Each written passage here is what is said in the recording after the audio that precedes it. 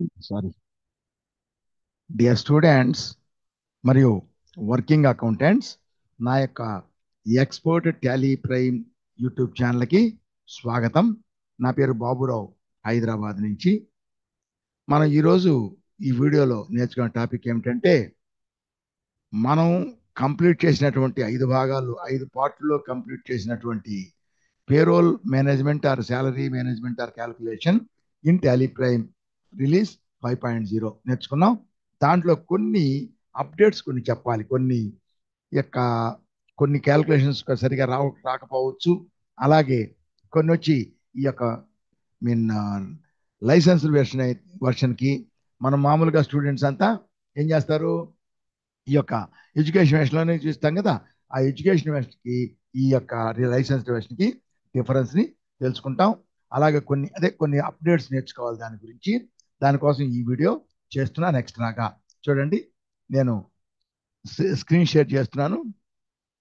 చేస్తే దీంట్లో మనం కంప్లీట్గా మొత్తం శాలరీస్ అంతా అయిన తర్వాత, మంత్ ఎండ్ అయిన తర్వాత, మంత్ ఎండ్లో మనం ఫస్ట్ శాలరీ పే ప్రాసెసింగ్ చేయాలంటే ముందు శాలరీ పే చేయాలంటే ముందు శాలరీ ప్రాసెస్ చేయాలి.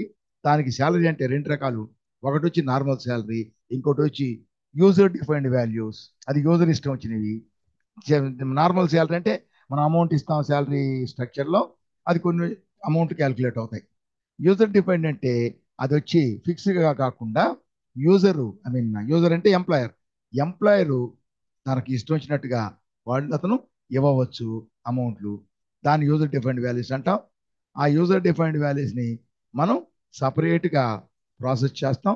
దీంట్లోకి డే బుక్లో చూసినట్లయితే చూడండి, ఇది అటెండెన్స్, ఇది ప్రజెంట్, ఇది అంటే మనం ఈ పేరోలు శాలరీని ప్రాసెస్ చేసే ముందు శాలరీ ఎలా ఇస్తాం, వాళ్ళ యొక్క వర్క్ని బట్టి ఇస్తాం. కాబట్టి ఓవర్ టైం ప్లస్ ప్రజెంట్ వీటి గురించి కట్టిస్తాం. వీటిని ఇవి కాకుండా ఇంకేమన్నా క్రియేట్ చేసి ఉంటే ఏంటి, ఆబ్సెంట్ అనేది కాకుండా ఏదన్నా ఏమంటాం దాన్ని, సిక్ లీవ్ కానీ ఇంకేదన్నా అవన్నీ కూడా తీసుకుంటాం. అవి లేకుండా ఉంటే ఇటు వరకు తీసుకుంటాం, చేసాం. దాని తర్వాత వేరియబుల్ పే. సో వేరియబుల్ పేని మనం ప్రాసెస్ చేసాం. దాని తర్వాత వేరియబుల్ పే తర్వాత అసలు మెయిన్ అంటే నార్మల్ శాలరీని మనం చేసాం. ఇది వచ్చింది అమౌంట్. నార్మల్ శాలరీని ప్రాసెస్ చేసాం. ఇవన్నీ కూడా మనం చేసింది మంత్ ఎండ్లో 30 ఏప్రిల్. సో మే మంత్కి 31 మే ప్రాసెస్ చేస్తాం. ఈ శాలరీని ప్రాసెస్ చేసేసాం, అయిపోయింది. శాలరీని ప్రాసెస్ చేసాం. దాని తర్వాత దాంతో ఎంప్లాయర్ కాంట్రిబ్యూషన్ స్టాచ్యూటరీ కాంట్రిబ్యూషన్స్ ఉంటాయి కదా, ఎంప్లాయీ డిడక్షన్స్, అదే ఎంప్లాయీ కాంట్రిబ్యూషన్ అంటాం. ఎంప్లాయీ డిడక్షన్స్ ఆల్రెడీ శాలరీలో డిడక్ట్ చేశాం కాబట్టి ఇది మనం పే చేయాలని మనం ప్రాసెస్ చేసి శాలరీ పే చేయాలి, శాలరీని ప్రాసెస్ చేసాం. అలాగే ఈ లీగల్ అప్లికేషన్స్ అంటే స్టాచ్యూటరీ అప్లికేషన్స్ కూడా మనం ప్రాసెస్ చేయాలి 30th నాడు. పేమెంట్ నెక్స్ట్ మంత్లో చేస్తాం. కాబట్టి ఫస్ట్ పిఎఫ్, ఈ యొక్క ఎంప్లాయర్ వచ్చి పిఎఫ్ కి ప్లస్ ఈపీఎస్ కలిపి చేస్తాడు, రెండు విడివిడిగా వేరే వేరే పర్సెంట్లు అయినా కానీ దీంట్లో మొత్తం కలిపి వస్తుంది టోటల్ అమౌంట్. దాంట్లో చూడండి, ఇక్కడ దీంట్లో మొత్తం చూపిస్తుంది.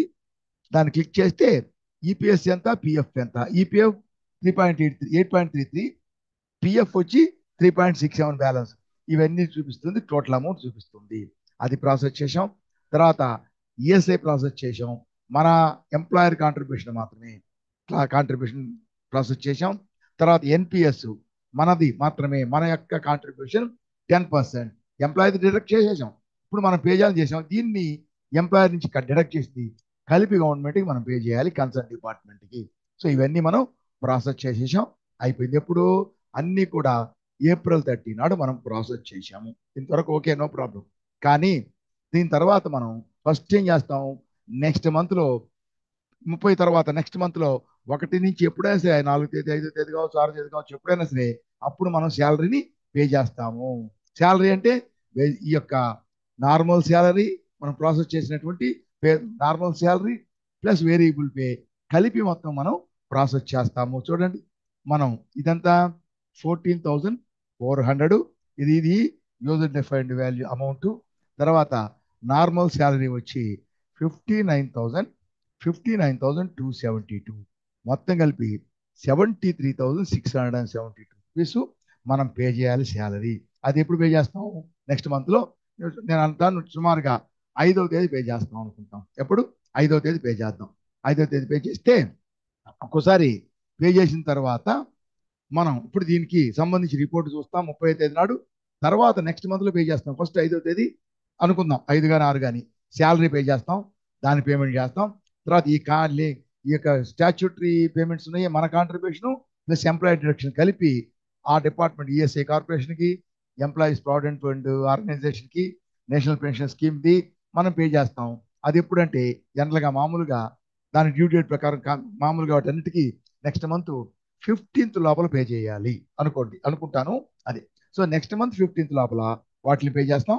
ఫస్ట్ 5th శాలరీ పే చేస్తాం. దీనికంటే ముందు ఇప్పుడు మనం ప్రాసెస్ చేసాం కదా, ఈ రిపోర్ట్లన్నీ ఒకసారి చూద్దాం. చూడండి, రిపోర్ట్ చూడండి, మనం చూసామని నిన్న వీడియోలో చెప్పాను, మళ్ళీ ఒకసారి చూపిస్తాను. ఫస్ట్ మనం పేరోల్ రిపోర్ట్స్కి వెళ్తే పే స్లిప్ తీసుకుంటే ఇక్కడ చూడండి, దీనికి ముందు నేను దీనికి ముందు ఇది ఓపెన్ చేశాను. ఏంటి? మన యొక్క కేటగిరీ అంటే హైదరాబాద్ ఆఫీస్ అని ఓపెన్ చేశాను. ఇప్పుడు నేను దాన్ని తీసేసి ఓన్లీ డిఫరెన్స్ చెప్తాను. నేను ఎందుకు తీసేసానంటే అది ఉంటే అది వస్తుంది. ఏంటి? ఆల్ గ్రూప్ కంటే ముందు ఆ గ్రూప్ దగ్గర అది కూడా వస్తుంది. ఇప్పుడు ప్రస్తుతానికి గ్రూప్ ఉంది. ఆల్ గ్రూప్స్ అంటే ఫస్ట్ ఆఫీస్ తీసుకుంటాం, కేటగిరీ. దాని తర్వాత ఆల్ అని తీసుకుంటే అన్ని గ్రూప్స్, ఆల్ ఐటమ్స్ అంటే అన్ని గ్రూపులు, అన్ని ఎంప్లాయీస్ అంటే అన్ని డిపార్ట్మెంట్లు, అన్ని ఎంప్లాయీస్. ఈ పే స్లిప్ అనేది మనం మామూలుగా ఏం చేస్తాం? అందరికీ విడివిడిగా ఇస్తాం కాబట్టి క్లిక్ చేస్తే చూడండి, ఏప్రిల్ కదా, చూడండి పే స్లిప్ ఫర్ ఏప్రిల్ అంచనా పేరు వస్తుంది. ఇక్కడ వచ్చి ఇది మొత్తం అమౌంట్ వచ్చింది. ఎర్నింగ్స్ డిడక్షన్స్ అయిన చూసాను నిన్న. కానీ దీంట్లోనే ఎంప్లాయర్ కూడా కాంట్రిబ్యూట్ చేస్తాడు, కానీ ఎంప్లాయీకి ఇవ్వడు. ఎంప్లాయర్ కాంట్రిబ్యూట్ చేస్తాడు గవర్నమెంట్కి. ఎంప్లాయీకి రిటైర్మెంట్ అప్పుడు లేదా జాబ్ వదిలేసినప్పుడు ఆ కాంట్రిబ్యూషను ప్లస్ ఎంప్లాయీ దగ్గర డిడక్ట్ చేసింది మొత్తము కలిపి వాళ్ళకి ఇంట్రెస్ట్ సహా గవర్నమెంట్ నుంచి వస్తుంది. కాబట్టి ఇప్పుడు ఎంప్లాయర్ ఎంత కాంట్రిబ్యూట్ చేశాడు అది మనకు అది తెలియదు, అంటే కలపడు కాబట్టి, శాలరీలో కలవదు కాబట్టి దాన్ని సపరేట్గా చూపుతారు కింద. దానికి ఏం చేయాలంటే F12 క్లిక్ చేసి చూడండి. F12 క్లిక్ చేసి దీంట్లో షో ఎంప్లాయర్ కాంట్రిబ్యూషన్ దీన్ని ఎస్ చేసినట్లయితే దాన్ని ఎస్ చేయాలి. చేస్తే కింద ఎంప్లాయర్ కాంట్రిబ్యూషన్ అని చెప్పి వీటికి సంబంధించి employer contribution PF NPS PF రెండు కదా వాడు కాంట్రిబ్యూట్ చేసేది, రెండు ఈపీఎస్ పిఎఫ్ రెండు సపరేట్ పే చేసేటప్పుడు మాత్రం మొత్తం చేస్తాం. ఇది కలిపి విడివిడిగా చూపిస్తారు. ఈ విధంగా అన్ని పే స్లిప్పుల్లో దాన్ని ఎస్ చేసాం కాబట్టి F12లో ప్రతి దాంట్లో ఈ విధంగా మనకి చూపిస్తుంది. ఎస్. నెక్స్ట్ రెండవది, తర్వాత అంజనా, దీపక్, ఇది దాని తర్వాత రాజేంద్ర. సో ఇది ఎర్నింగ్స్ డిడక్షన్స్ ఎంప్లాయర్ కాంట్రిబ్యూషన్. తర్వాత సంజయ్. సో ఇవి శాలరీ స్లిప్. ఈ విధంగా శాలరీ స్లిప్ ఉంటుంది. ఇది కాకుండా ఎంప్లాయర్ వచ్చి ఇది పే షీటు అంటే ఆల్ ఐటమ్స్ తీసుకుంటే ఇది అందరిది ప్రైమరీ క్యాస్ట్ కేటగిరీ కదా, అది ప్రైమరీ క్యాస్ట్ కేటగిరీనే తీసుకుంటుంది. ఎందుకంటే మనం వేరే ఆఫీస్ క్రియేట్ చేయలేదు, మనకు ఒకే కంపెనీ ఒకే ఆఫీస్ ఉన్నప్పుడు వదిలేస్తాం. ప్రైమరీ కాస్ట్ కేటగిరీ అది, వేరే వేరే పేర్లేమి ఓపెన్ చేయం కాబట్టి అన్ని దగ్గర అది ముందంతా ఏం అడగదు. చూపిస్తాను తర్వాత మీకు. ఇప్పుడు ఓన్లీ ఈ శాలరీ ప్రాసెస్ చేసి ఇవన్నీ ప్రాసెస్ చేసేటప్పుడు మాత్రమే అడుగుతుంది. అది చూడండి, అది చూపిస్తుంది primary cost category.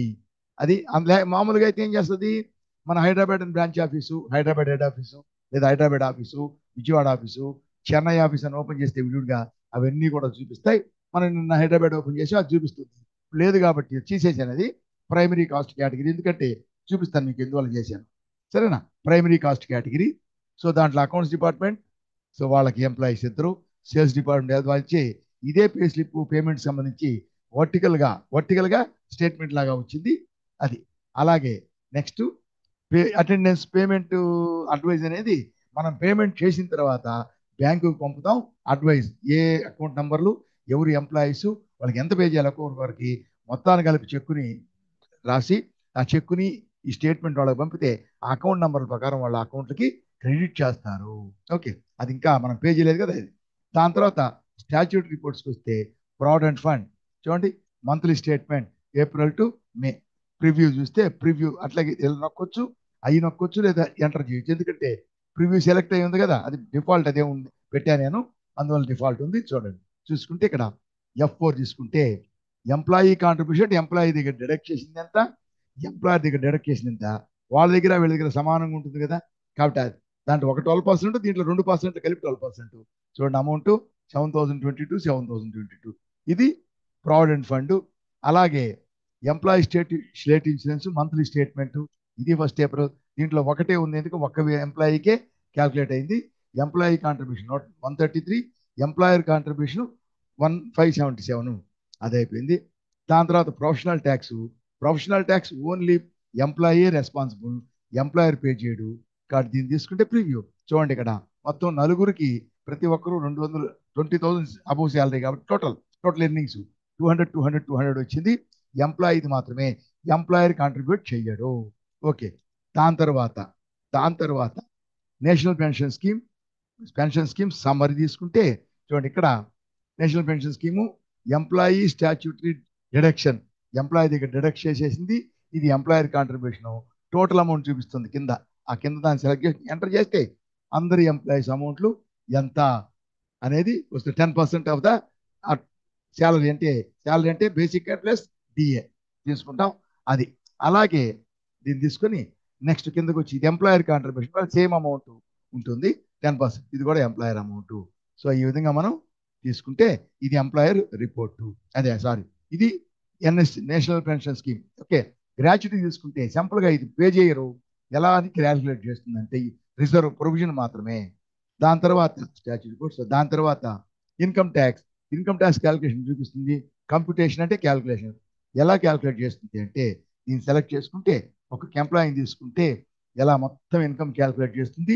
Net income మీద ఇన్కమ్ ట్యాక్స్ ఎంత, నిల్. ఎవరిది 20,000 అనుకుంటే కూడా 12 months అంటే 4 lakhs లోపలే, కాబట్టి 5 lakhs దాటదు కాబట్టి మామూలు కొత్త దాని ప్రకారం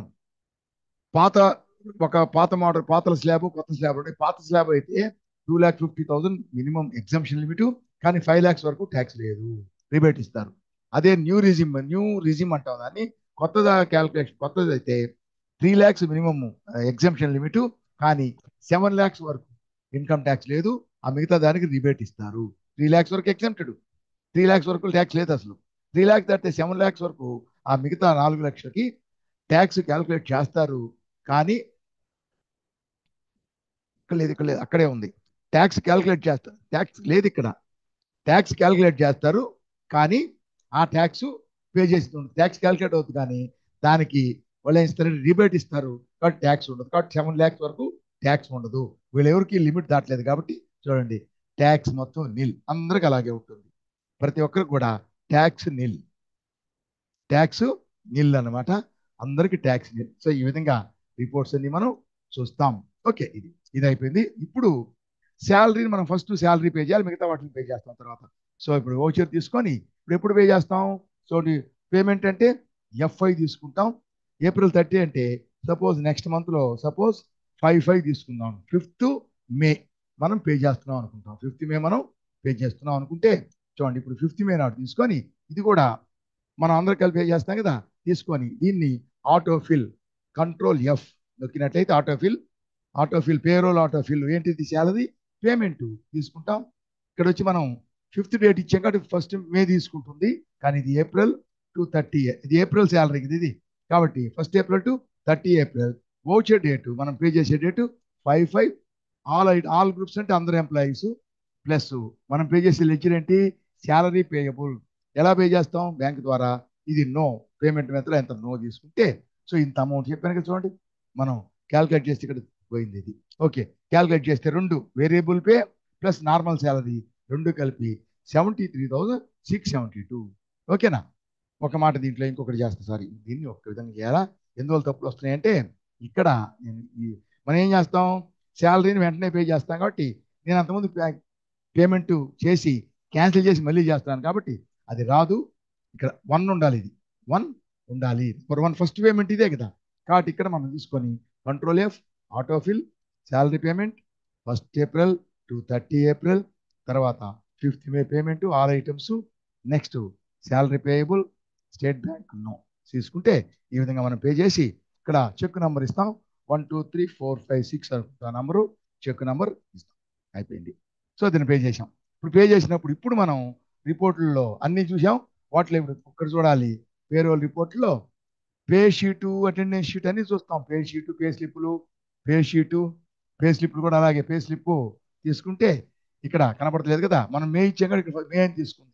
మనం 1 ఏప్రిల్ టు 30 ఏప్రిల్ తీసుకోవాలి. తీసుకుంటే ఏప్రిల్ నెలకు కాబట్టి చూపిస్తుంది ఈ విధంగా. ఆ తర్వాత పే షీటు అవన్నీ చూసాం. అటెండెన్స్ షీట్ ఇది అటెండెన్స్ షీటు అట్లా. దాని తర్వాత అటెండెన్స్ షీట్ కూడా తీసుకోవాలి, టైం తీసుకోవాలి. 1 ఏప్రిల్ టు 30 ఏప్రిల్. ఎందుకంటే ఇప్పుడు మనం ఇప్పుడు చూస్తున్నాం ఏంటి, ముందే చూసాం కదా, ముందు అన్ని కరెక్ట్గా ఏప్రిల్ అని ఉంటాయి. ఇప్పుడు మే పేమెంట్ చేసిన తర్వాత చూసాం కాబట్టి మే చూపిస్తుంది.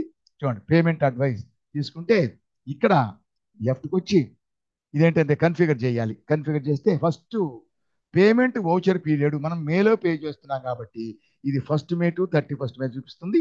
దీన్నే 5th May to 5th May, 5th May pay చేస్తున్నాం కాబట్టి 5th మే టు 5th మే అని చూపించవచ్చు. లేదంటే ఇలాగే 1 మే టు 31 మే అంటే ఈ పీరియడ్ లో మనం పే చేస్తున్నాం.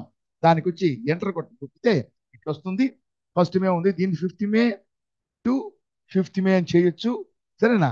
లేకపోతే 1st మే టు 31 మే ఉండింది కదా బయట, అదే ఉండొచ్చు. కిందకి రావాలంటే యారో మార్క్స్ ఉపయోగించాలి. యారోకి డౌన్ డౌన్ డౌన్. ఇక్కడ శాలరీ పీరియడ్ వచ్చి ఎంటర్ చేస్తే ఇక్కడికి వస్తుంది. అక్కడ టైప్ చేస్తే రాదు అనమాట. ఇక్కడ టైప్ చేస్తే రాదు, ఎంటర్ నొక్కితే కిందకు వస్తుంది. 1 ఏప్రిల్ టు 30 ఏప్రిల్ తీసుకుంటే అది శాలరీ పీరియడ్. డేటు మనం పే చేసే డేటు 5th మే తీసుకొని యాక్సెప్ట్ చేసేస్తే ఇప్పుడు అన్ని సెలెక్ట్ కన్ఫిగర్ చేసేసాం. ఇప్పుడు మళ్ళీ ఇక్కడికి రావాలి. రైట్ ఆరో నొక్కొచ్చు. లేదు ఇక్కడ ఉంది కదా, సారీ ఇక్కడ ఉంది కదా రైట్ ఆరో, దీన్ని నొక్కితే చూడండి, ఇప్పుడు చూడండి శాలరీస్ వచ్చేసి. F4 నొక్కితే ఇక్కడ మనకి పేమెంట్ అడ్వైస్, బ్యాంకుకి పంపిస్తున్నాం 5th నాడు ఈ పేమెంట్ చేయండి, మన అకౌంట్ నంబరు పేమెంట్ చేయండి అని చెప్పి మనం పంపుతున్నాం. 1 ఏప్రిల్ టు 30 ఏప్రిల్ శాలరీ. ఓకేనా? అది పోతే ఇక్కడ చూడండి వాళ్ళ అకౌంట్ నంబర్లు, అమౌంట్, వాళ్ళ పేర్లు ఉన్నాయి. కానీ ఇక్కడ 3 పేర్లు వచ్చినాయి, దీపక్, రాజేంద్ర, సంజయ్. కానీ అంజనా అనే పేరు లేదు. ఎందువల్లంటే వీళ్ళు ఎవరికి పే చేస్తారు, వీళ్ళకి పే చేస్తారు. ఎక్కడ పే చేస్తారు? వాళ్ళ అకౌంట్ నంబర్కి పే చేస్తారు. ఆ అకౌంట్ నెంబర్ కంపల్సరీ ఉండాలి, లేకపోతే పే చేయరు. కాబట్టి ఇక్కడ మనం చూడండి, ఇప్పుడు మనం ఫస్ట్లో ఎంప్లాయీస్ క్రియేట్ చేసినప్పుడు, ఎంప్లాయీస్ని క్రియేట్ చేసినప్పుడు ఈ యొక్క అంజనాకి ఇక్కడ చూడండి బ్యాంక్ డీటెయిల్స్లో ఎస్ నొక్కి ఇక్కడ మనం డీటెయిల్స్ ఇవ్వాలి, ఇవ్వలేదు. సో ఇప్పుడు నేను సపోజ్ నేను ఇప్పుడు ఇస్తున్నాను అనుకుందాం. ఐఎఫ్ఎస్సి కోడ్ SBIN 00002582 అనుకుంటాం. దాని తర్వాత బ్యాంక్ పేరు వచ్చి స్టేట్ బ్యాంక్ ఆఫ్ ఇండియా. కరెక్ట్గా ఇండియానే సెలెక్ట్ చేసుకోవాలి, వేరే కంట్రీలు కాదు. ఇండియా. బ్రాంచి ఇంతకుముందు చేసినట్టు కూకట్పల్లి అనుకుంటాం. Kukatpally. Okay, sorry Kukatpally. Okay, తీసి ఇక్కడ వచ్చి ఏం చేస్తాం, ఈ ఫండ్స్ ట్రాన్స్ఫర్ తీసుకుంటే అవే వస్తాయి. ఇక్కడికి రావాలి, రాలేదు. 5824662364 అంతేనా? 58246238 ఐఎఫ్ఎస్సి కోడ్ అది రావాలి. యాక్చువల్గా మనం సెకండ్ జాయిన్ చేస్తా, రాలేదు. 000258. ఓకే, బ్యాంక్ నేమ్ వచ్చి state bank of India, branch పేరు అక్కర్లేదు. ఇది సో ఈ విధంగా చేసి యాక్సెప్ట్ చేసేసాం. ఇది యాక్సెప్ట్ చేసేసి కాబట్టి ఇప్పుడు చూడండి రిపోర్ట్ అకౌంట్ నెంబర్ ఇచ్చాం కదా. ఇప్పుడు వెళ్ళి చూస్తే అకౌంట్ నెంబర్లకి వెళ్తే పేరోల్ రిపోర్ట్స్, పేఅవుట్, పేమెంట్, అడ్వైస్కి వెళ్ళి ఇక్కడ మళ్ళా కన్ఫిగర్ చేస్తే ఆ డేట్ అట్నే ఉంచేయచ్చు. Down down down. ఇది salary period 1 April to 30 April. దాని కింద మనం పే చేసే డేటు 5/5 తీసుకొని యాక్సెప్ట్ చేసి ఇప్పుడు రైట్ యారో నొక్కొచ్చు, ఇక్కడికి వస్తుంది. రైట్ యారో కాకుండా మనం క్లిక్ చేయొచ్చు, లేదంటే ఐ నొక్కొచ్చు. ఏది నొక్కినా సరే. చూడండి ఇప్పుడు F4 నొక్కితే ఏమవుతుంది, F4 అనేది జూమ్. జూమ్ అనే దానికి జూమ్ అనేది క్లిక్ చేయొచ్చు, లేదా ఇక్కడ జూమ్ ఉంది, ఇక్కడ ఉంది కదా, ఇక్కడ జూమ్ క్లిక్ చేయొచ్చు, లేకుంటే ఆల్ట్ Z నొక్కొచ్చు, సింపుల్గా F4 నొక్కొచ్చు. చూడండి అన్ని పేర్లు చూడండి. అంజనా ఇందాక రాలేదు కదా, ఇప్పుడు ఆ నంబర్ వచ్చేసింది. నంబర్ ఇచ్చాం కాబట్టి వచ్చేసింది. మొత్తం అమౌంట్ చూడండి 73,672 మనం పే చేసాము. ఇది రిపోర్ట్. ఈ విధంగా మనం చేస్తున్నాం. అది ఫైనల్ అన్నమాట. అదే విధంగా మిగతా కూడా పే చేయాలి. ఓచర్స్ ఇదే రోజు కాదు, ఇది 5th కదా. మామూలుగా ఈ ఎంత వచ్చి 15th లాస్ట్ డేట్, మనం 15th పే చేసాం. 15th పే చేసాం. Control F autofill. ఇప్పుడు మన శాలరీ పేమెంట్ అయిపోయింది. నెక్స్ట్ ఏం పే చేయాలి మనం? శాలరీ పే చేసిన తర్వాత ఇప్పుడు చూడండి ఇక్కడ ఇప్పుడు అన్ని పే చేయాలి మనం. మన దగ్గర డిడక్ట్ చేసిన వాళ్ళకి చేసింది. దీని తర్వాత పిఎఫ్ చలాన్ తీసుకుంటాం. అంటే పిఎఫ్ చలాన్ తీసుకుంటే ఇది 1 ఏప్రిల్ 30 ఏప్రిల్ అదే మనం పే చేసేటప్పుడు 15/5 15/5 ఆల్ ఐటమ్స్. దీనికి వచ్చి ఏంటి మనం పిఎఫ్ కాబట్టి పిఎఫ్ పేయబుల్, ఇది వచ్చి లెడ్జర్ పిఎఫ్ పేయబుల్ అన్ని బ్యాంకు ద్వారానే పే చేస్తాం. చూడండి ఇది మనం పే చేసాం, అయిపోయిందా? రెండు అమౌంట్లు. ఇది వచ్చి ఇదేంటిది ఎంప్లాయర్ దగ్గర మనం ఎంప్లాయీ దగ్గర డిడక్ట్ చేసింది. ఇది వచ్చి ఇది వచ్చి మనం పే చేయాల్సింది. ఈ పిఎఫ్ పేయబుల్ అంటే మన యొక్క కాంట్రిబ్యూషన్, ఇది వచ్చి డిడక్షన్. రెండు అమౌంట్లు రెండు 12% కదా. అది ఇక్కడ కావాలంటే డీటెయిల్స్ లో ఎస్ ఇస్తే ఇక్కడ చెక్ నంబరు 1 2 3 4 5 7 నాకు 6 కదా. 15th May. So deposit name, bank name SBI, bank name, branch కూడా కూకట్పల్లి అనుకుందాం. ఇట్లా ఈ విధంగా చేసి యాక్సెప్ట్ చేసేసి దీన్ని యాక్సెప్ట్ చేస్తే ఇక్కడ ఇస్తాం 1 2 3 4 5 7 చెక్ నంబర్ 15th ఇది చేస్తాం. ఈ విధంగా మనం పే చేస్తాం. ఏంటిది డే బుక్కి వెళ్తే డే బుక్లో మనం ఇవ్వండి శాలరీ పే చేసాం, పిఎఫ్ పే చేసాం. ఇదే విధంగా మిగతావన్నీ కూడా మనం పే చేస్తాము. మిగతా ఏముంది ఇంకా పిఎఫ్ ఉంది, ఈఎస్ఐ ఉంది, ప్రొఫెషనల్ ట్యాక్స్ ఉంది, ఎన్పిఎస్ ఉంది, అన్నీ పే చేయాలి. ఇప్పుడు పిఎఫ్ పే చేసాం, ఎన్పిఎస్, ప్రొఫెషనల్ ట్యాక్స్, తర్వాత ఈఎస్ఐ మొత్తం పే చేస్తాము. సపోజ్ ఇప్పుడు ఈఎస్ఐ అంటే మనకు చూపించింది ఒకటే కదా పేమెంట్ 15th డేట్ నాడే. కంట్రోల్ ఎఫ్ చూసుకుంటే చూడండి ఈఎస్ఐ చలాన్ అనుకుంటాం. ESI challan 1 April 30th April, ఇది వచ్చి 15th మే ఆల్ ఐటమ్స్. నెక్స్ట్ చూడండి ఈఎస్ఐ పేయబుల్, ఈఎస్ఐ చలాన్ అది pay process payable bank, state bank చేసాం. చూడండి ఇక్కడ చూడండి 577 మాత్రమే సంజయ్ది. చూడండి మన యొక్క కాంట్రిబ్యూషన్ మనం కాంట్రిబ్యూషన్ 577, ఎంప్లాయీ దగ్గర డిడక్ట్ చేసింది 133. ఒక్కడికే మనం వచ్చింది క్యాల్కులేట్, మిగతా క్యాల్కులేట్ కాలేదు కాబట్టి దీన్ని చేసి దీనికి కూడా ఎస్ అని ఇచ్చి ఇక్కడ cheque number 1 2 3 4 5 ESI PF pay చేసి కదా 7 6 7 8 అనుకుంటాం. 15th మే బ్రాంచి, బ్యాంక్ వచ్చి ఎస్బీఐ కూకట్పల్లి, అది బ్రాంచ్ కోడ్ వేయచ్చు కూకట్పల్లి. కావాలంటే బ్రాంచ్ కోడ్ 002582 అనుకుంటాం, 2582 అంతే. ఈ విధంగా యాక్సెప్ట్ చేసాం. దీన్ని మనం అదే 1 2 3 4 5 8 చెక్ నంబర్ మనం ఎంటర్ చేసాం. సో ఈ విధంగా మనం దీన్ని పే చేసాం, ఒకటే వచ్చింది కదా అట్లా. సో ఈ విధంగా మిగతా వాటిని కూడా పే చేస్తాం. సో ఇది మనం దీంతో శాలరీ పేమెంట్ మొత్తం కంప్లీట్ అయిపోయింది. మళ్ళీ నెక్స్ట్ మంత్ అనమాట. దీంట్లో నేను చెప్పాను కదా ఇక్కడ మనం క్రియేట్ చేసేటప్పుడు ఫస్ట్లో మనం క్రియేట్ చేసినప్పుడు ఇక్కడ చూడండి గ్రూప్ ఏ ఉంది, మనకి గ్రూప్ ఉంటుంది కానీ ఇది వచ్చి కేటగిరీ లేదు. కేటగిరీ కావాలంటే షో మోర్ నొక్కితే అప్పుడు కేటగిరీ కూడా చూపిస్తుంది. కేటగిరీ చూపిస్తే మనం ఒకే ఆఫీసు దీన్నే ఉంచుకున్నాం, కేటగిరీని మనం క్రియేట్ చేసుకోలేదు. కేటగిరీని క్రియేట్ చేస్తే అప్పుడు చూడండి ఇది మళ్ళీ కనపడలేదు. అది క్రియేట్ చేస్తే ఇంకా అప్పటి నుంచి ఇక్కడ ఇలాగే ఉంటుంది. క్రియేట్ చేస్తే ఇప్పుడు మనం క్రియేట్ చేయలేదు, ప్రైమరీ కేటగిరీ డిఫాల్ట్ ఉంచాం కాబట్టి ఇక నుంచి అది కనపడదు. క్రియేట్ చేస్తేనే ఉంటుంది. దాని తర్వాత గ్రూప్ క్రియేట్ చేసేటప్పుడు ఎంప్లాయీస్ క్రియేట్ చేసినప్పుడు ఆ పైన మనం ఏదన్నా వేరే ఆఫీస్ని క్రియేట్ చేసి ఉంటే అప్పుడు దీనిపైన ఆ కేటగిరీ అడుగుతుంది. ఇది ప్రైమరీ కాస్ట్ కేటగిరీ అంటే డిఫాల్ట్ కేటగిరీ అంటే ఒకటే ఆఫీసు, ఏం అడగట్లేదు, ఇక్కడ అడగదు. అదే మన ఆఫీస్ని క్రియేట్ చేసి ఉంటే అడుగుతుంది. అలాగే ఎంప్లాయీ క్రియేట్ చేసేటప్పుడు కూడా ఎంప్లాయీ పేరు ముందు కేటగిరీ అడుగుతుంది. వేరేది క్రియేట్ చేసి ఉంటే, క్రియేట్ చేయకుండా ఉంటే ఒకటే ఆఫీస్ అన్నమాట అర్థం, ఒకటే ఆఫీసు, అప్పుడు ప్రైమరీ కేటగిరీ అదేమీ అడగదు. సో ఇక్కడ మన రెండు దగ్గర ఏం అడగదు.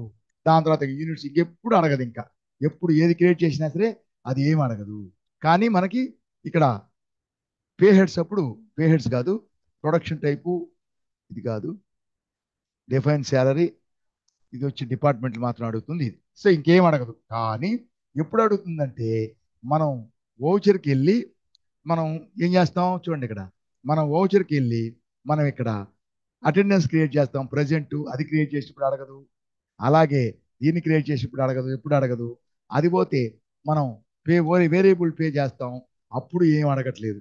సరే అప్పుడు కూడా ఏం అడగదు. అలాగే శాలరీ, దాని తర్వాత శాలరీని బేసిక్ శాలరీ ఇది ఏమంటామంటే ఇది శాలరీని క్రియేట్ చేస్తాం కదా, అప్పుడు కూడా ఏం అడగదు ఇక్కడ. సరేనా? అది క్రియేట్ చేసి ఉంటే అప్పుడు చూపిస్తుంది అనమాట. ఏంటి హైదరాబాద్ హెడ్ ఆఫీస్ అని చెప్పి ఆ కేటగిరీని చూపిస్తుంది. ఇక్కడ ఏం అడగదు. కానీ శాలరీ ప్రాసెస్ చేసేటప్పుడు ఒక్కోసారి ఒక్కోసారి ఏమంటే మనం ఎలా ప్రాసెస్ చేస్తాం?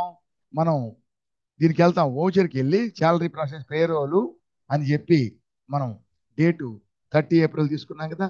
30 ఏప్రిల్ తీసుకున్నాం. ఇక్కడ కంట్రోల్ F చేసి పేరోల్ ఆటోఫిల్ అని శాలరీ అని తీసుకుంటాం కదా. ఇక్కడ గ్రూప్ అని ఉంది. గ్రూప్కి ముందు ఇక్కడ ఇది ప్రాసెస్ చేసేటప్పుడు ఒకటే ఉంది కాబట్టి అడగట్లే, ప్రైమరీ కాబట్టి. అదే మనం క్రియేట్ చేసింటే కాస్ట్ కేటగిరీ అడుగుతుంది, ఎంప్లాయీ కేటగిరీ అడిగితే దాని దగ్గర మనం క్రియేట్ చేసింది ప్రైమరీ రెండు అడుగుతూ చూపిస్తుంది. మనం క్రియేట్ చేసింది సెలెక్ట్ చేసుకుంటాం. దాని కిందనే మనం క్రియేట్ చేసినవి అవన్నీ కూడా ఉంటాయి. అదే ప్రైమరీ సెలెక్ట్ ఉండవు, ఎందుకని అది ఉంది కాబట్టి. అది క్రియేట్ చేసుకోవచ్చు, ఓన్లీ ప్రైమరీ కాబట్టి ఏం అడగదు. సరేనా? అలాగే పేమెంట్ చేసేటప్పుడు, అలాగే పేమెంట్ చేస్తున్నాం అనుకోండి, పేమెంట్ చేసినప్పుడు కంట్రోల్ F, పేమెంట్ చేసేటప్పుడు కూడా చూడండి శాలరీ పేమెంట్ ఇక్కడ గ్రూప్ అడుగుతుంది అంతే, కేటగిరీ ఏం అడగట్లేదు. రెండు ఉంటే కేటగిరీ అడుగుతుంది. ఒకటే కాబట్టి by default primary caste category default కాబట్టి అడగట్లేదు. అదే మనం వేరే ఆఫీసులు కనుక క్రియేట్ చేసింటే అప్పుడు ఏ ఆఫీసు ప్రైమరీ కాస్ట్ కేటగిరీ వేరే ఆఫీస్లా అని చెప్పి అడుగుతుంది. అప్పుడు ఏదో ఆఫీసు అంటే కేటగిరీ ఏదో కేటగిరీ మనం సెలెక్ట్ చేసుకోవాలి. మనం క్రియేట్ చేసిన కేటగిరీని కన్సర్న్ కేటగిరీని సెలెక్ట్ చేసుకోవాలి. మనం కేటగిరీ క్రియేట్ చేసాం, సో లెడ్జ్ ఎంప్లాయీస్ గ్రూప్స్ అన్ని ఆ కేటగిరీ కింద క్రియేట్ చేసినాం. అప్పుడు ప్రైమరీ తీసుకున్నాం అంటే నాకు ఏమి కనపడదు అట్లా. అందువల్ల ఈ విధంగా మనం తీసుకోవాలి. కాబట్టి ఇది ఒకవేళ మీరు ఏమంటాం ఎడ్యుకేషన్ మోడ్లో, ఒకవేళ మీరు ఎడ్యుకేషన్ మోడ్లో మీరు కేటగిరీ క్రియేట్ చేశారనుకో, అన్ని దగ్గరలో అడుగుతుంది. ఎక్కడ మనం ఎంప్లాయీని క్రియేట్ చేసినప్పుడు కానీ చూడండి, ఇక్కడ కేటగిరీ క్రియేట్ చేస్తాం. ఈ గ్రూప్ క్రియేట్ చేసినప్పుడు గ్రూప్ క్రియేట్ చేసినప్పుడు అడుగుతుంది పైన. అలాగే ఎంప్లాయీని క్రియేట్ చేసినప్పుడు అడుగుతుంది. అలాగే శాలరీ ప్రాసెస్ చేసినప్పుడు అడుగుతుంది కదా. శాలరీ పేమెంట్ చేసేటప్పుడు అడుగుతుంది. ఇతర కాంట్రిబ్యూషన్స్ ప్రతిసారి శాలరీ ప్రాసెసింగ్ చేసేటప్పుడు నుంచి శాలరీ, ఇతర కాంట్రిబ్యూషన్స్, శాలరీ పేమెంట్, కాంట్రిబ్యూషన్స్ అంటే లీగల్ స్టాచ్యూటరీ పేమెంట్స్, పే చేసేటప్పుడు పేమెంట్ అప్పుడు అన్నిసార్లు అడుగుతుంది. అప్పుడు మనం ఆ క్రియేట్ చేసినటువంటి ఆఫీస్ని సెలెక్ట్ చేసుకోవాలి కేటగిరీని కదా. అలా చేసేటప్పుడు ఈ యొక్క ఎడ్యుకేషన్ మోడ్లో మొత్తం అన్ని దగ్గరలో పనిచేస్తుంది. ప్రాసెస్ చేసేటప్పుడు కూడా పనిచేస్తుంది. పేమెంట్ చేసేటప్పుడు పనిచేయదు. పేమెంట్ చేసేటప్పుడు కేటగిరీ హైదరాబాద్ హెడ్ ఆఫీస్ అది అడగదు.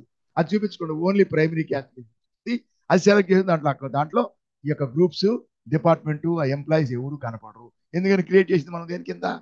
హైదరాబాద్ దాని కింద. ఆ హైదరాబాద్ని అడగదు.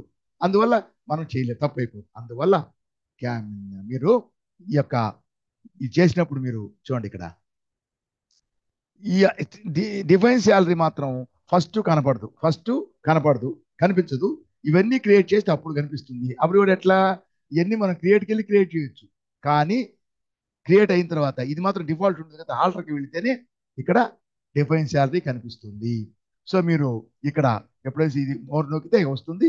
ఈ కేటగిరీ మాత్రం ఎడ్యుకేషన్ మోడ్లో వదిలేసేయండి, దీన్నే తీసుకోండి, క్రియేట్ చేయొద్దు. చేస్తే వస్తుంది బాగా. లాస్ట్లో ప్రాసెసింగ్ చేసి పేమెంట్ చేస్తామే, అప్పుడు రెండున్నా సరే అది ప్రైమరీ క్యాస్ట్ కేటగిరీ కనపడుతుంది, కానీ హెడ్ ఆఫ్ మన కేటగిరీ వేరేది క్రియేట్ చేసినా అది కనిపించదు. సో ఇది తీసుకుంటే దీని కింద ఏముండవు, దాని కింద ఉన్నాయి కాబట్టి దీని కింద ఉండవు. అది ప్రాబ్లం అవుతుంది. కాబట్టి ఎడ్యుకేషన్ మోడ్ ఇది మాత్రమే తీసుకోండి. సరే, ఒక వ్యక్తి కామెంట్ పెట్టాడు, సార్ ఇప్పుడు దీనికి ఇంక్రిమెంట్ ఇవ్వాలంటే ఎలా చేయాలి? ఇంక్రిమెంట్ ఇవ్వాలంటే ఎలా చేయాలి? ఆ ఇంక్రిమెంట్ అనేది ఎలా చేయాలంటే చూడండి, మనం దీంట్లో డిఫైన్ శాలరీ ఏం చేస్తున్నాం? డిఫైన్ శాలరీ అంటే మనం ఈజీగా ఉండడానికి ఒక డిపార్ట్మెంట్ తీసుకున్నాం, ఒక గ్రూపు. దీనికి మొత్తం అమౌంట్స్ లేకుండా, వాల్యూస్ లేకుండా ఇచ్చాం. దీన్ని ప్రతి ఒక్క ఎంప్లాయీస్కి కాపీ చేస్తే అలాగే ఈజీగా వచ్చేస్తుంది. దానికి చేసి మనం ఇక్కడికి వచ్చి సపోజ్ సంజయ్ అనుకుంటాం, అకౌంట్ డిపార్ట్మెంట్. ఇక్కడికి వచ్చి ఇక్కడ ఏం చేస్తాం? ఇది డేట్ ఇచ్చిన పార్ట్ ఇచ్చి ఇక్కడ రావడంతో ఇక్కడ అడుగుతుంది కాపీ ఫ్రమ్ ఎంప్లాయీ గ్రూప్ అని అడుగుతుంది. అదే అకౌంట్స్ డిపార్ట్మెంట్ ఇచ్చుంటే ఇతని అకౌంట్ డిపార్ట్మెంటే కాబట్టి copy from parent department, parent group అని అడుగుతుంది. వేరే గ్రూప్ లో ఇచ్చుంటే ఇది అంటే, లేదా ఇతను వేరే గ్రూప్ అయి ఉంటే కాపీ ఫ్రమ్ ఎంప్లాయీ గ్రూప్ అడుగుతుంది. దాన్ని క్లిక్ చేసుకుంటే ఇవి మొత్తం అలాగే వచ్చేస్తాయి. అప్పుడు మనం దీన్ని ఎలా చేయాలి చెప్పాను, ఈ పర్సంటేజ్ ఆ విధంగా మనం చేసుకుంటాం. ఇప్పుడు మనం సపోజ్ ఇతనికి ఇప్పుడు ఈ శాలరీ ఉన్నాయి కదా, ఇతనికి మనం జూన్ 1 నుంచి ఫస్ట్ లేదా జూన్ ఫస్ట్కి 3 మంత్స్ అయిపోద్ది కదా, జూలై ఫస్ట్ లేదా అక్టోబర్ ఫస్ట్, జూలై ఫస్ట్ లేదా జూన్ ఫస్ట్ అనుకుంటాం. ఏప్రిల్ అయిపోయింది, మే అయిపోయిన తర్వాత జూన్ ఎలా, జూన్ ఫస్ట్ నుంచి అంటే ఒక్కొక్క ఎంప్లాయీకి అతని డేట్ ఆఫ్ జాయినింగ్ బట్టి మనం ఇంక్రిమెంట్ అనేది అతని డేట్ ఆఫ్ జాయిన్ బట్టి సంవత్సరం ఒకసారి ఇంక్రిమెంట్ ఇస్తాం. సపోజ్ సంజయ్, ఇతని ఇంక్రిమెంట్ వచ్చి ఏప్రిల్ అయిపోయిన తర్వాత జూన్ ఫస్ట్ ఇతనికి ఇంక్రిమెంట్ ఇవ్వాలి అంటే ఏం చేయాలా, జూన్ ఫస్ట్ నాడు మళ్ళీ అని ఇవ్వకుండా వీటిల్లోనే మనం ఏమైనా కొన్ని ఇంక్రిమెంట్లు అంటే కొంచెం ఎక్కువ చేస్తాం కదా. కాబట్టి అలాగని ఇవ్వాలంటే ఎవరికైనా సరే చూడండి, దీని తర్వాత లాస్ట్ ఇది అయిపోయింది కదా, ఇది మొత్తం ఏప్రిల్కి సంబంధించింది. ఇక్కడ నుంచి ఇంక ప్రతి నెల ఇప్పుడు ఏప్రిల్ 30 మనం చేసాం ప్రాసెసింగ్, మళ్ళీ మే 31 మళ్ళీ అటెండెన్స్ ప్రాసెస్ చేయాలి. మనం 31 మే నుంచి అటెండెన్స్ ప్రాసెస్ చేస్తాం. ఆ నెలకి సంబంధించిన అటెండెన్స్, ప్రజెంట్, ఓవర్ టైం రెండు చేస్తాం. తర్వాత దాని తర్వాత శాలరీ ప్రాసెస్ చేస్తాం. శాలరీ ప్రాసెస్ చేస్తాం ఏంటి, యూజర్ డిఫైన్డ్ వాల్యూస్ ప్రాసెస్ చేస్తాం, నార్మల్ శాలరీని ప్రాసెస్ చేస్తాం. ఈ అటెండెన్స్ వచ్చి ప్రాసెస్ అయిపోతుంది, మనం ఇచ్చిన వాల్యూస్ ప్రకారం శాలరీ క్యాలిక్యులేట్ అవుతుంది. ఇది ఏప్రిల్ ఫస్ట్, తర్వాత ఏప్రిల్ 30th, నెక్స్ట్ మే 31. సో శాలరీ అటెండెన్స్ కూడా చేయాలి ముందు ఆ నెలకి. ఏప్రిల్ శాలరీ ఇచ్చాం, ఏప్రిల్ శాలరీకి ముందు ఏప్రిల్ అటెండెన్స్ శాలరీ, అలాగే మే అటెండెన్స్ మే శాలరీ అయిన తర్వాత జూన్ ఫస్ట్ ఉంది అనుకుంటాం, జూన్ ఫస్ట్ ఎంటర్ చేస్తే కిందకి ఇక్కడ ఉంది, మనం యాక్సెప్ట్ చేస్తున్నాం, వాళ్ళు ఎంటర్ చేస్తే వెళ్ళిపోద్ది బయటికి కదా. కానీ ఇది అయిన తర్వాత కిందకి వచ్చి ఇట్లా వచ్చినప్పుడు ఇప్పుడు ఇతనికి ఏప్రిల్ ఫస్ట్ అయింది, జూన్ ఫస్ట్ నుంచి ఇతనికి ఇంక్రిమెంట్ ఇవ్వాలి. ఇంక్రిమెంట్ ఏంది, వీటిలో బేసిక్ శాలరీ పెంచడం, లేదంటే అది పెంచుతాం, ఈ కన్వీనియన్స్ కానీ ఓవర్ టైం కానీ ఇంకేమైనా సరే, హౌస్ రెంట్ అలవెన్స్ లేదా ఇది డిఎన్ఎస్ అలవెన్స్ మనం పెంచవచ్చు కదా. కాబట్టి మనం దీంట్లోనే కింద ఫస్ట్ జూన్ అని ఇస్తాం.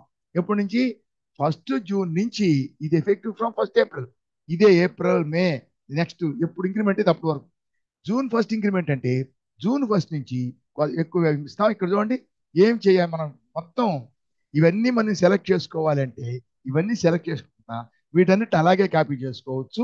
ఏదైనా కొత్త హెడ్ ఉంటే అప్పుడు మాత్రం కొత్తది తీసుకోవచ్చు. చూడండి, parent values, previous values. Parent values అంటే ఆ డిపార్ట్మెంట్ నుంచి మనం తీసుకున్నాం కదా ఇవన్నీ, అది ప్రీవియస్ వాల్యూస్. ఇప్పుడు ఈ ప్రీవియస్ దీనికి ముందు వాల్యూస్ ఇవి, సో ప్రీవియస్ వాల్యూస్ అని తీసుకుంటే చూడండి ఇక్కడ ఇది తీసుకుంటే చూడండి ఇక్కడ మొత్తం ఆ వాల్యూస్ ఏది, ఆ వాల్యూస్ మొత్తం వచ్చేసినాయి కిందకి, మొత్తం మనం ఇచ్చాం కదా అవన్నీ అలాగే యాజ్ ఇట్ ఈస్ కాపీ అయింది. దీంట్లో మనం ఇవన్నీ క్యాలిక్యులేషన్ అవుతాయి. దీంట్లో సపోజ్ ఇతని యొక్క బేసిక్ శాలరీ 15,000 చేసాం అనుకుంటాం, బేసిక్ 15,000, 12 ఉంది కదా 15 చేసాం. ఈ రియల్నెస్ అలవెన్స్ ఉంది కదా, రియల్నెస్ అలవెన్స్ 35 చేసాం అనుకుంటాం. ఇక్కడ దాన్ని మార్చాలంటే ఇది అక్కడికి రాదు కర్సరు కదా, అందువల్ల F12లో దీన్ని ఎస్ ఓవర్ రైట్ చేయడం అనమాట. ఎస్ అని యాక్సెప్ట్ చేస్తే అక్కడికి వస్తుంది 40% చేసాం అనుకుంటాం, 40% చేసాం. దాని తర్వాత మళ్ళీ తీసేయాలి, దాన్ని నో పెట్టేస్తే అయిపోతుంది. సో 40% హెచ్ఆర్ఏ అదే ఉంచేస్తాం అనుకుంటాం. కన్వీనియన్స్ 1000 ఇస్తున్నాం, ఇప్పుడు మనం 1200 చేసాం అనుకుందాం. 1200 ఓవర్ టైం పర్ అవర్ 100 చేసాం, ఇంక్రిమెంట్ చేసాం. ఇక్కడ ఇంకా వేరియబుల్ పే దాంట్లో వస్తుంది, ఇదేంది యూజర్ డిఫైన్డ్ వస్తుంది. అప్పుడు ఇచ్చేప్పుడు మనం మారుస్తాం. మెడికల్ రీఎంబర్స్మెంట్, బోనస్ అయ్యంతా యూజర్ డిఫైన్డ్ కాబట్టి శాలరీ ప్రాసెస్ చేసేటప్పుడు యూజర్ డిఫైన్డ్ వాల్యూస్ ఇస్తాం. అదే క్యాంటీన్ డిడక్షన్ అందరికి ఫిక్స్డే ఉంటుంది, 500 ఫ్లాట్ రేట్.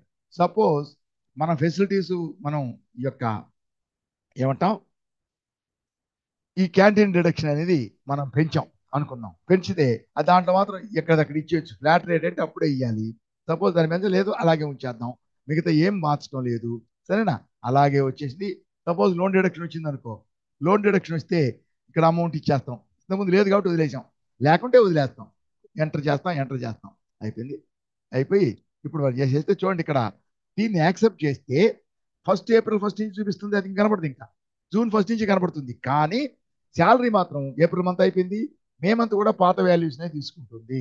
చూడండి యాక్సెప్ట్ చేసేసాం. ఇప్పుడు చూడండి, ఇప్పుడు డిఫైన్ శాలరీలో ఇతనికి వెళ్ళినట్లయితే సంజయ్కి చూడండి ఇప్పుడు ఫస్ట్ జూనే చూపిస్తుంది, అంటే కొత్త వాల్యూ ఇది చూపిస్తుంది అంతే. కానీ జూన్ ఫస్ట్ వరకు అంటే జూలై 30 మే 31 వరకు, నెక్స్ట్ మంత్ శాలరీ అయితే కదా, మే 31 వరకు ఇక్కడ కనపడదు, కానీ పాత వాల్యూసే తీసుకుంటుంది. సో జూన్లో శాలరీ చేస్తాం, జూన్ 30 శాలరీ ప్రాసెసింగ్ చేస్తామే, అప్పుడు ఈ కొత్త వాల్యూని తీసుకుంటుంది. ఇది ఇంక్రిమెంట్ ఎవరికైనా సరే ఈ విధంగా తీసుకోండి. ఇప్పుడు ఇతనికి ఇచ్చే ఇంక్రిమెంట్ అర్థమైందా. సపోజ్ దీపక్ అకౌంట్స్ వద్దు, సేల్స్ అంజన ఇక్కడ తీసుకున్నాం. ఇక్కడ కూడా ఏమైనా ఇంక్రిమెంట్ ఇవ్వాలంటే ఎప్పటి నుంచి ఇస్తున్నాం? సపోజ్ ఈ యొక్క అంజన జూన్ కాదు, 1 జూలై నుంచి ఇంక్రిమెంట్ అనుకుందాం. సో ఫ్రమ్ ప్రీవియస్ వాల్యూస్ అని తీసుకొని ఈ ప్రీవియస్ వాల్యూస్ తీసుకుంటాం. తీసుకొని ఏమేమి పెంచాం, ఇదేమైనా 20 చేసి ఉండొచ్చు, ఇది 35 చేసి ఉండొచ్చు, ఇది 70 చేసి ఉండొచ్చు, 75 చేసి ఉండొచ్చు. ఇట్లా ఏమేమి పెంచామో ఆ కొత్త వాల్యూస్ ఇస్తే 1 జూలై మనకు కనపడుతుంది. ఇంకా పైన ఏప్రిల్ కనపడుతుంది. సో ఏప్రిల్ నెల అయిపోయింది కదా, శాలరీ మే 31 శాలరీ, జూన్ 30 కూడా పాత వాల్యూస్ ప్రకారమే క్యాల్కులేట్ అవుతుంది. జూలై శాలరీ అంటే జూలై 31 మాత్రమే ఈ కొత్త వాల్యూస్ ని అది తీసుకొని క్యాల్కులేట్ చేస్తాం. అంతవరకు పాత వాల్యూసే తీసుకుంటుంది. సో ఈ విధంగా మనం ఏమంటాం, దీన్ని ఇంక్రిమెంట్ ఇచ్చినట్లయితే అది ముందే మనం ఇచ్చేస్తే ఆ టైం మనం గుర్తుపెట్టుకొని మర్చిపోవచ్చు కదా, ఎవరు ఇంక్రిమెంట్ డేట్ ఎప్పుడు, ఆ డేట్ నుంచి ఇంక్రిమెంట్ అని ఇచ్చేసామంటే దాని ప్రకారం అది ఇంక్రిమెంట్ ని ఆటోమేటిక్ గా కొత్త వాల్యూస్ ప్రకారం క్యాల్కులేట్ చేస్తుంది. అప్పుడు అంతవరకు పాత వాల్యూస్ క్యాల్కులేట్ చేస్తుంది. ఇది దీనికోసంగా అప్డేట్స్ తయారు చేశాను. దీనికి ఇంక్రిమెంట్ ఒకటి, ఈ salary pay slip payment advice ఉంది కనపడతలే, అది ఇచ్చేదానికి ఆ ఓచర్ నంబర్ మారిపోయిందంటే ఎక్కువగా అది కనపడదు. ఆ ఓచర్ నంబర్ ఫస్ట్ మనం ఏం చేస్తాం, అదే నంబర్ ఉంటుంది అనమాట. నెక్స్ట్ మంత్ నెక్స్ట్ నంబర్ అట్లా. కాబట్టి ఆ నంబర్ని అదే నంబర్ పెట్టేస్తే మనం వచ్చేసింది. నేను చేశాను ఇప్పుడు. అదే విధంగా మనం జనరల్గా ఏం చేస్తాం, 30th ప్రాసెస్ అయిన తర్వాత మంత్ ఎండ్లో నెక్స్ట్ మంత్ పే చేసేటప్పుడు పేమెంట్ చేస్తాం. సో అది నెక్స్ట్ నంబరే వస్తుంది. నేను డిలీట్ చేసి చేసేలాకే చాలా నంబర్లు వెళ్ళిపోయింది ముందుకి, అందువల్ల రాలేదు. ఓకేనా? సో దీంతో